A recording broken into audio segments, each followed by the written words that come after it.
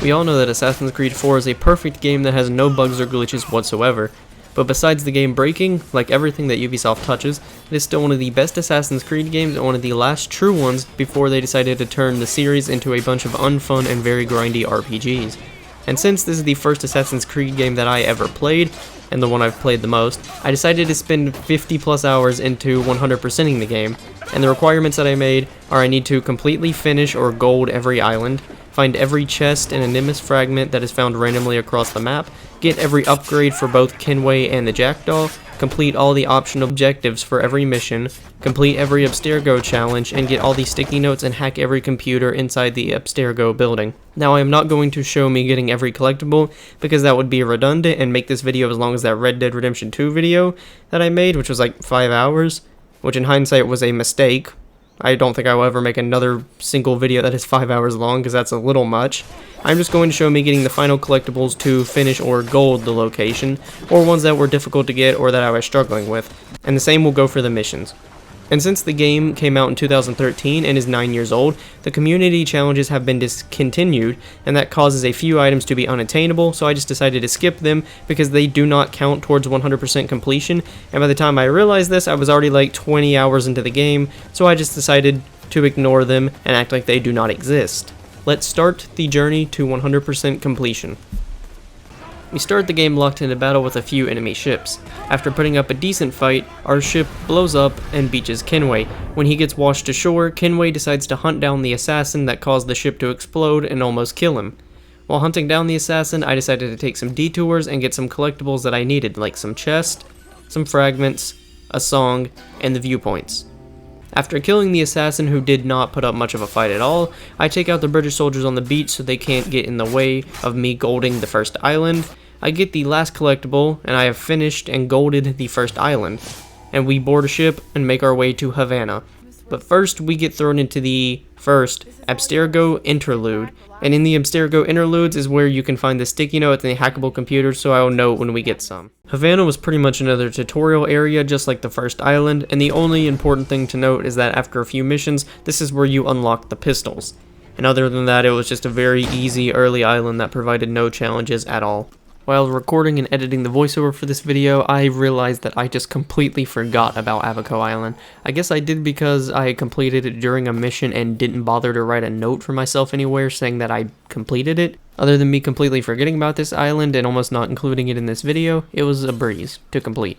Matanzas is a small island with a warehouse on it, so it wasn't too hard to deal with at all. Droid Tortuga is the first fort in the game, and by destroying the fort's defenses and killing the fort's commanders, it shows you locations and secrets that you haven't discovered yet across the region, like chests and fragments. And every region has its own fort, and they have naval challenges that you have to complete to 100% them, and they range from extremely easy to some just being downright infuriating. And this one for Droid Tortuga was on the harder end. I wouldn't say it was like just infuriating. I failed it a couple times because the Jackdaw wasn't upgraded enough to protect the ally, and the only real reason it was any difficult is because you have to deal with an ally that just sits there like a sitting duck and dies. Florida was an extreme disappointment as there was a severe lack of crackheads wielding alligators, and guys dressed in bull costumes trying to burn down their ex's house with spaghetti sauce. Salt Key Bank is the last area in the Dry Tortuga region that is currently available to us, because we have to come back here later with the diving bell to explore the shipwrecks.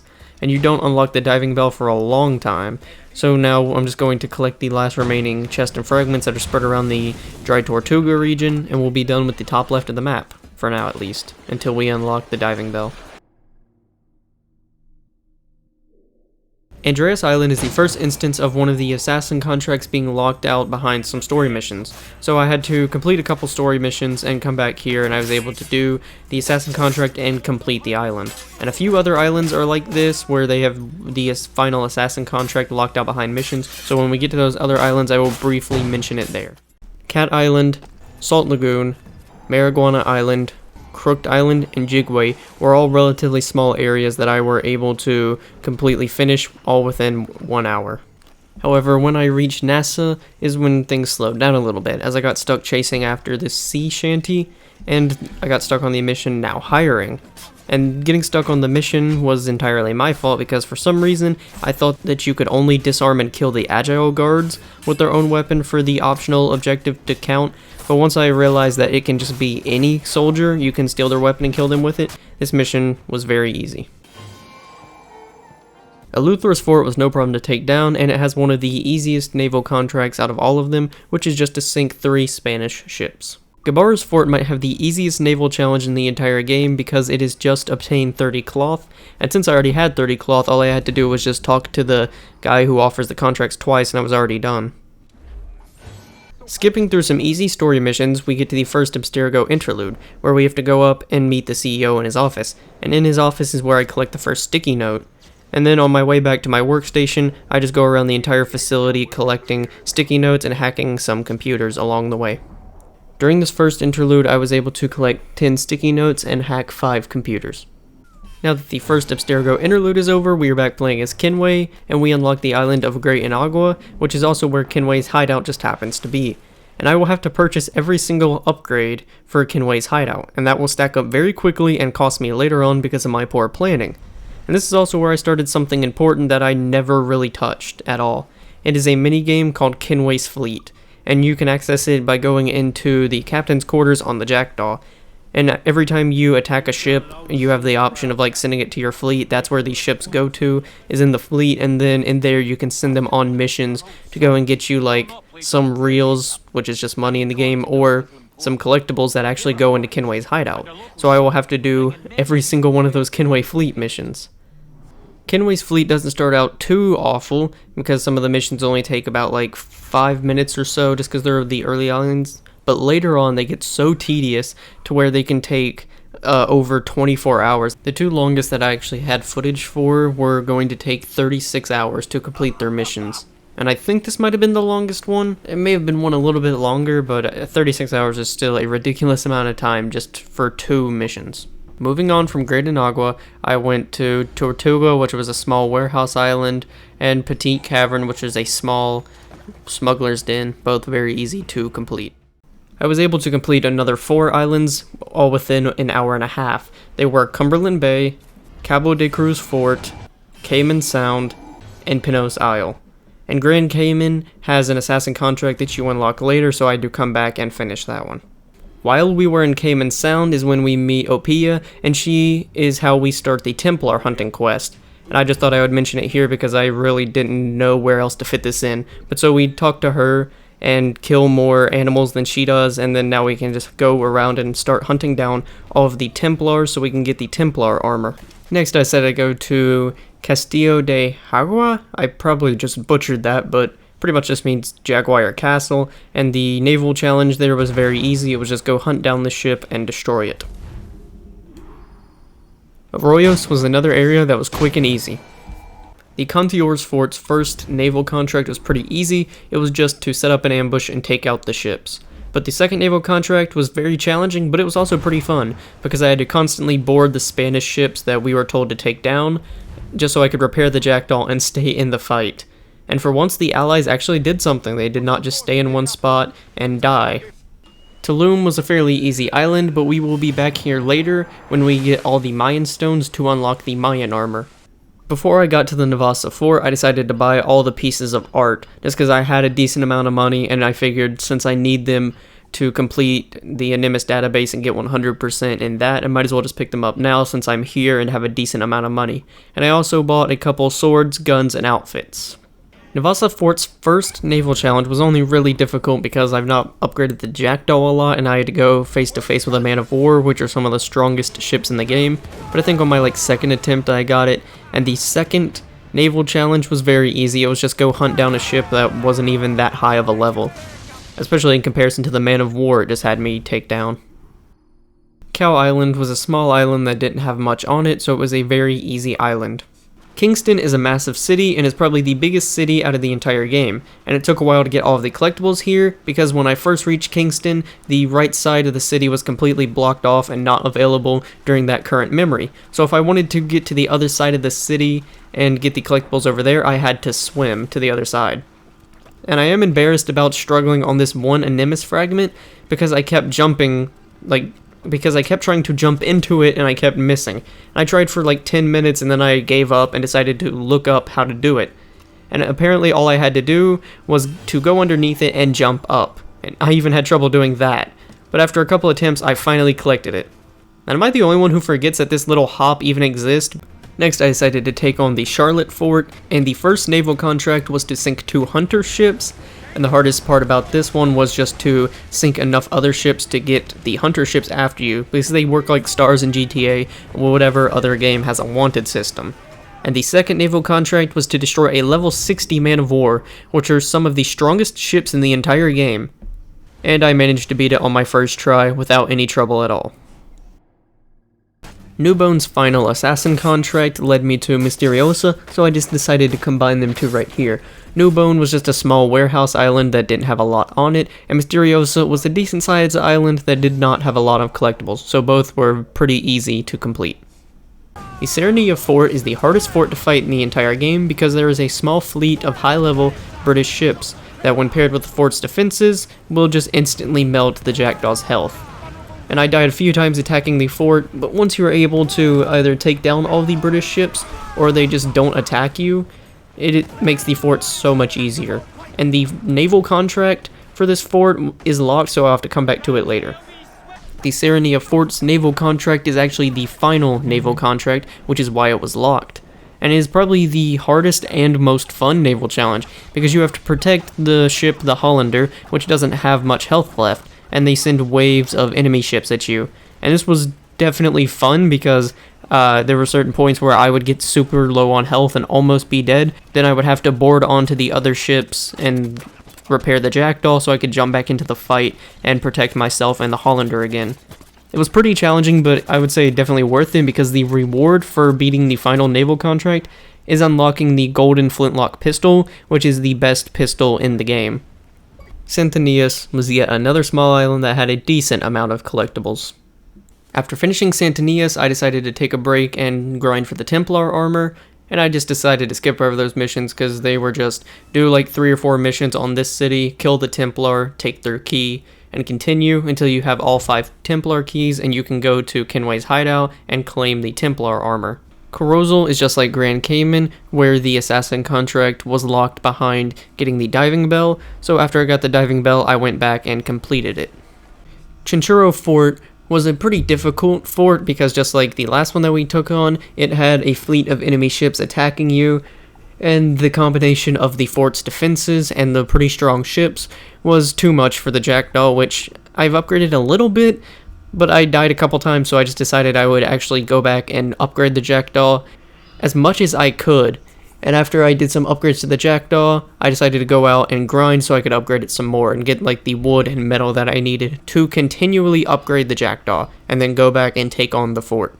Since I was taking a break to upgrade the Jackdaw and grind a little bit, I decided to do the same thing with crafting. And just like with the Jackdaw, I have crafted a few items, but not that many, and this was the first time I actually decided to go out and like seek and hunt the animals to get the crafting materials so I can actually craft a few items. Now with the Jackdaw and Kenway both upgraded, I went back and completed Chinchurro Fort. The only thing that made the first naval contract difficult was having to actually hunt down the Spanish ships that it wanted me to destroy. The second naval contract has you destroy a Spanish blockade, and it was decently challenging because all of the ships were decently high levels. Punta Guarico is the last fort that I have to take on. It is actually the first story fort, and the only fort in the game that is a part of a story mission. And I'm pretty sure they don't intend you to beat every other fort and island that's currently available to you before this.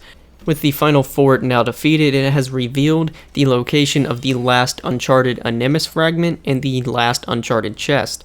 And I know I skipped over like every single one of them, but it was just so like repetitive and boring just to show me stopping at every single island just to collect one fragment and chest. So I decided to skip all of them except for the final ones. Skipping over some easy missions once again, I unlocked the diving bell. And the tutorial for the diving bell is the San Ignacio wreck. And besides me almost drowning, it was pretty easy. And now that I have access to the diving bell, that opens up every shipwreck in the game. So I'll throw a bunch of them together right here. Antocha wreck, Cabal Ruins, Devil's Eye Caverns, the Black Trench, La Concepcion wreck, Anito Bay, and San Juan. Besides me almost drowning in all of them, they all went pretty well. And in the case of Anito Bay and San Juan, it was not losing a fight since they were smugglers' dens, And the last assassin contract for Grand Cayman, which is also the last assassin contract in the game, after you complete it, you unlock the pistol swords. And just like with the golden flintlocks that you get for completing all the naval contracts, I will be using these for the rest of the game. And Burgess Key was another smuggler's den, and it was probably the hardest one just due to the amount of enemies and how they have weapons and you don't. But after a couple of attempts, my stubbornness prevailed, and this is also the place of the last assassin contract for Corzol. The only shipwreck that really gave me any trouble was when I went to explore the blue hole, and for some reason the sharks would just not leave me alone. I guess that they wanted to explore my blue hole, because they backed me into a corner and made me choose if I wanted to die either by shark attack or to drown, and I chose to drown. Now that all of the locations that are currently available to me without completing more of the story are finished, I decided to go and take on the legendary ships. The first legendary ship that I took on was the one in the bottom left of the map, and I'm just going to refer to the legendary ships as like bottom right, top left, just because that's what I have written down in the script. I don't know why, that's just what I'm going to refer them to as. That doesn't make any sense, that's just what I'm going to refer to them. And what made this ship difficult was it only took damage from when you hit the back of the ship, and I was fighting with an underpowered jackdaw, especially compared to the level and strength of the legendary ship. But once I learned that it can only take damage from hitting the back of the ship, it took maybe like 3 or 4 more attempts after that. And after I beat the legendary ship, I traveled back to Kenway's hideout and purchased the final upgrade for 40,000 reals to build a guest house. And this is a mistake that will cost me as early as right now, because if I paid attention to the Abstergo challenges, one of them is to possess 100,000 reals. And for some reason I thought this meant like collectively have 100,000, like you just earn it throughout the game, but no, it was at one time. So instead of grinding for money later to beat the challenge, I could have saved 40,000 reals that I have here, and then got up the extra 60,000 I need to reach 100,000 and complete the Abstergo challenge. But now since I don't have that, I have to spend like an extra 2 to 4 hours to grind to make up for this single mistake. The second legendary ship that I took on was the one in the bottom right, and I was able to beat this on my first try. The third legendary ship was the one in the top left, and it was pretty easy just like the second one. This one though took me 2 attempts.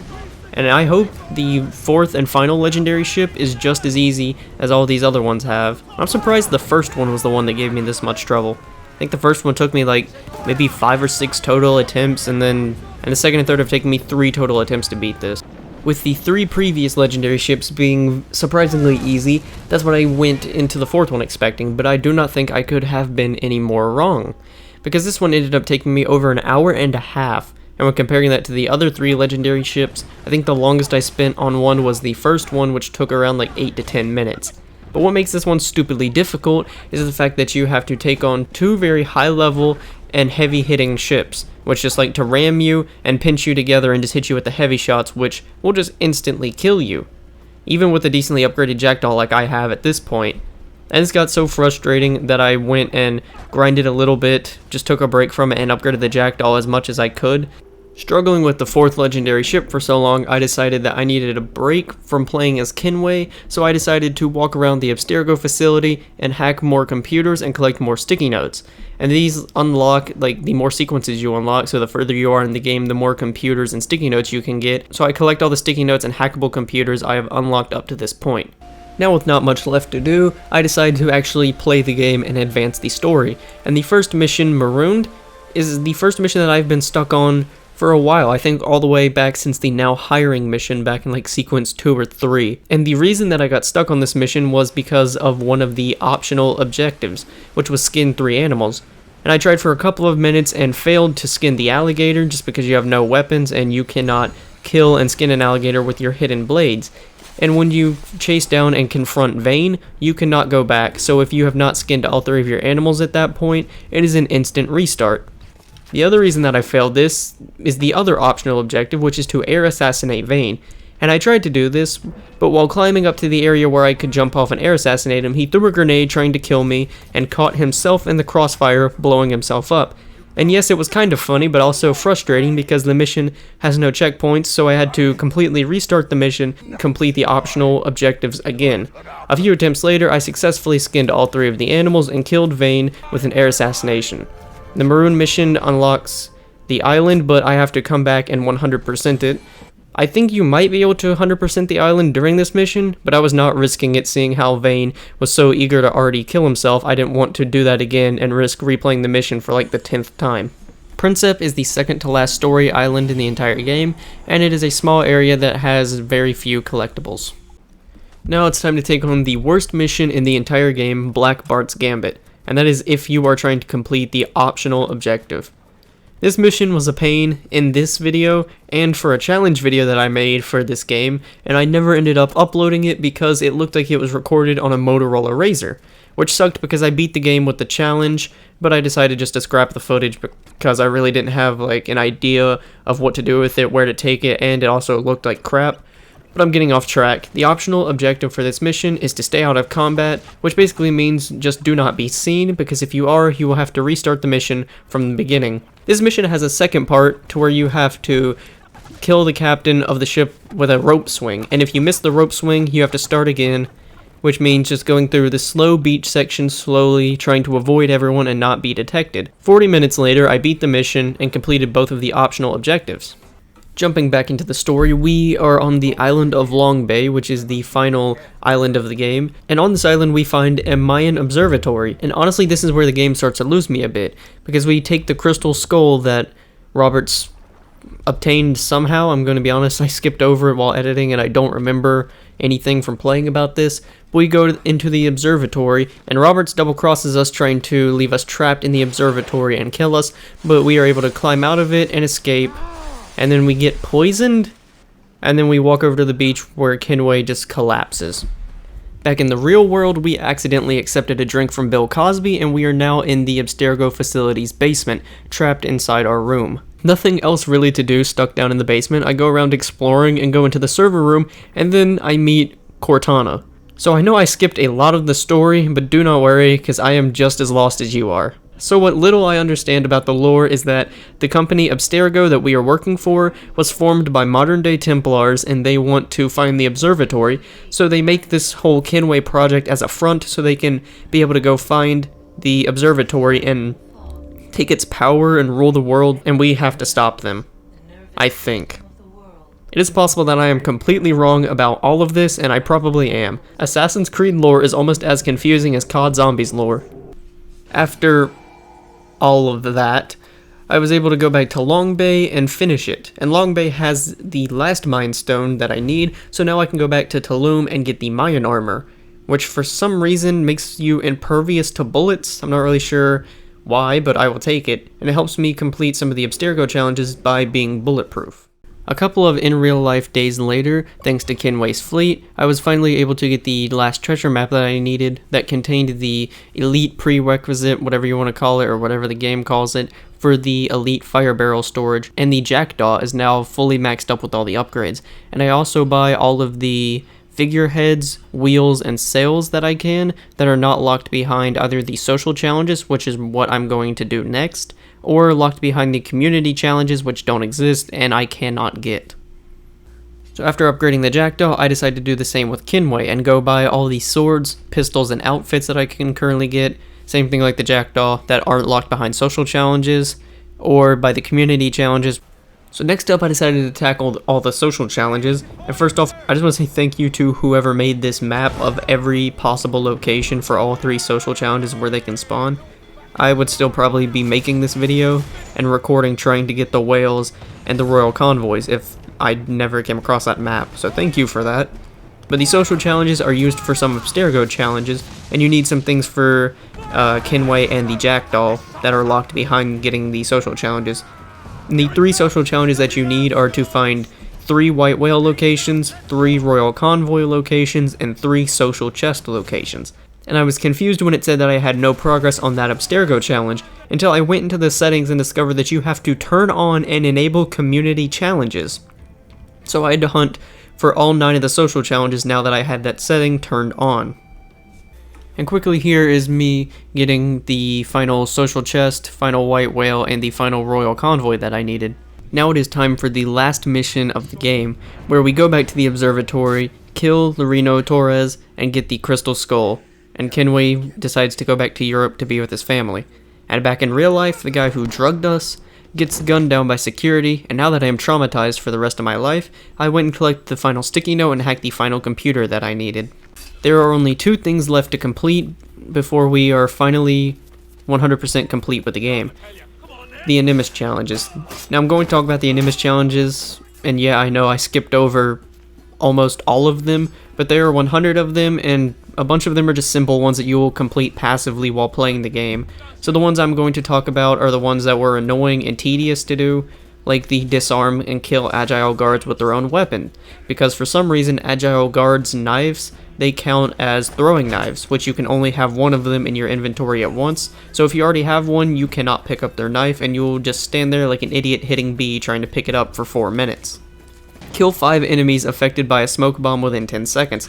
This one was hard because I wouldn't be able to kill all of them in time, and the smoke would dissipate and I would have to just try it again.